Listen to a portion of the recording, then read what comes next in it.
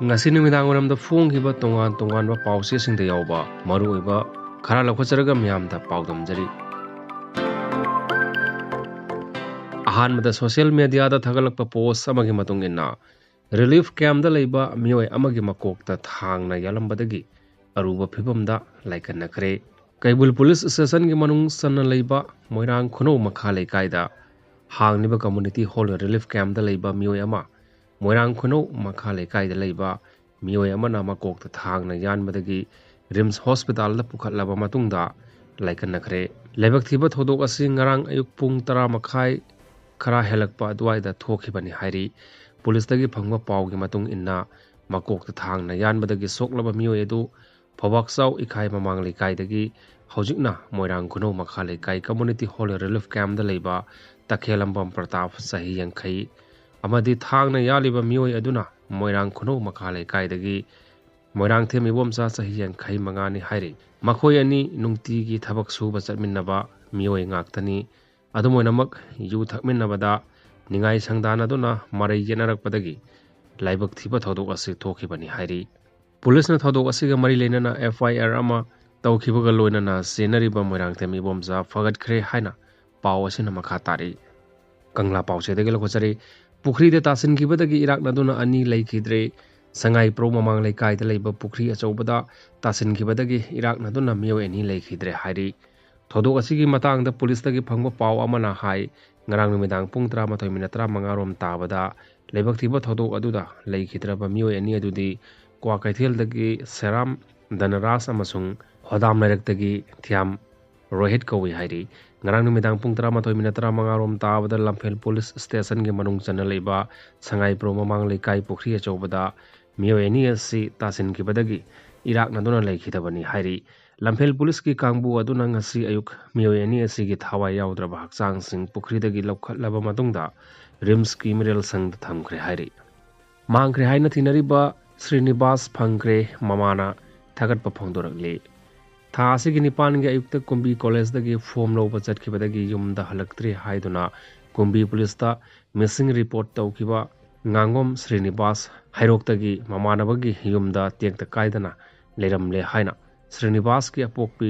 ngangom ongbi babitana lebak myamna phongdorakli ngasi wangu khulak pat maya lekai da leiba Srinivas ki yumda pangthokpa pawgi me phamamada apokpi mama babitana wafam asi phongdok laduna mahakna hai maki masanupa Srinivas yumda hanjalaktre haiduna kumbi police ta missing report tawkiba adu handokle maki mafam khangdana leiruraba masanupa Srinivas phangnaba honabada lebak myamna mating pangkiba adu ginamakta imung manungi maikaidagi thagatli haiki miyam amadi karbar wala singdagi sel khaibada senaba KCP nongdren khomba group ki mioi tarit phagatkhre kangla pause dege lokchabani pathokchari ngasi ayuk langol game village zone 3 gi area da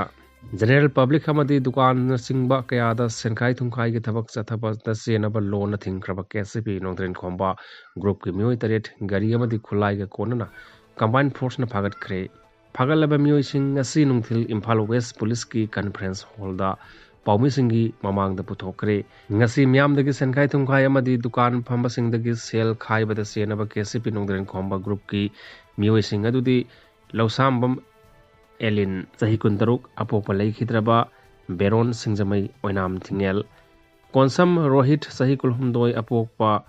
gonendro pachoi part 1 Sanju Wahengbam Sahikun Elias Lemba Apok Palai Khidraba Sanjoi Palace Compound Mahabali Mamang Panjau Bam Thoiba Mangang Sahikun Taruk Elias Malem Nganba Apok Palai Khidraba Ziten Thongju Part 2 Wangkai Tokpam Lekai Waikhom Hero Meitei Sahikun Mathoi Apok Pa Iboyai Mahatakhel Mamang Lekai Imphal East Yanglem Bikas Meitei Sahikun Ahumdoi Elias Amujau Apok Palai Khidraba Hemanta Singjamai Yanglem Lekai amadi Henthoibi Moirangthem Sahinipum Mathoi Elias San Apokpa Moirangthem Kumar Uripok Gopal ji lerakni hari makhoi tungan tungan bathabak thorom kayada sijanaba angoba mazugi Toyota Fortuner registration number MN06L A7346 ama phagat ki loina hairiba gari asigi manungda check toba matamda gari manga gi number plate sing yarom thengna ki loina angoba mazugi Hyundai car registration number MN01 AZ 8516 Royal Enfield amasu phagatpa ngamkhi loinana makoina sijanaba 7.65 mm gi maruga konana magazine ama amadi pistol ama Brazil na puthokpa Forgas Towers ki pistol ama mobile phone amadi camouflage ki uniform kharasu phagatpa ngamkhi hairi Thokliba Irang asigi Waroisin ama Puraknaba ahanba khongthang ama oina Meitei Kuki amadi Naga MLA sing New Delhi da wari sanaragani Paunil khon pauche de gelakwa chari pathok chage state asida mamang sahigi me ahom dagi Thokliba Irang asigi Waroisin ama Puraknaba ahanba khongthang ama oina Meitei Kuki amadi Naga MLA sing New Delhi da wari sanaragani Thokliba Irang asina Meitei amadi Kuki furup anigi marakta unaba amadi pau phaunaba yadana leramba adu hayeng October 35 New Delhi da Meitei Kuki amadi Naga MLA sing punna faminaduna wari sanaragani hairi hiramasi ge matang da thajaba yaba pau gili khunamagi matung ina Kuki Naga amadi Meitei MLA sing gi marakta chathagadoriba formal talk asi Union Home Minister Amit Shah gi meeting makhada Union Ministry of Home Affairs na thawu oiduna New Delhi da leiba ministry asigi office da pangthokani hariba meeting asida Meitei MLA Minister Singh gi marakta Minister Thongam Biswajit Minister Dr. Sapam Ranjan Minister Thanaujam Basanta Kumar Speakers Thokchom Zaitya Barta MLA ke Ais Ibomsa MLA Thokchom Radhesyam MLA ke Ais Ragumani MLA Tongbram Robindro Yaurba Yai Hairi Minister amadi MLA Singh mathakta Rajya Sabha gi MP la semba sana jawbasu ngasi Delhi gi damakta Imphal thadokre Kuki MLA Minister Singh gi manungda Minister Let Pau Haukip Paulilan Haukip MLA Hakholet Kipgen amasung Naga MLA Minister Singh gi manungda Minister Awangbo Numai MLA L Dikho MLA Ramuibha yauraba yai hairi loinana Irang hek horokpadagi sanagadoriba wari asina ahanba sakasaka onsenaduna saba wari oigadori hayeng New Delhi da pangthokadoriba meeting asida saru yagadoriba Kuki Meitei amadi Naga MLA sing asi Union Ministry of Home Affairs na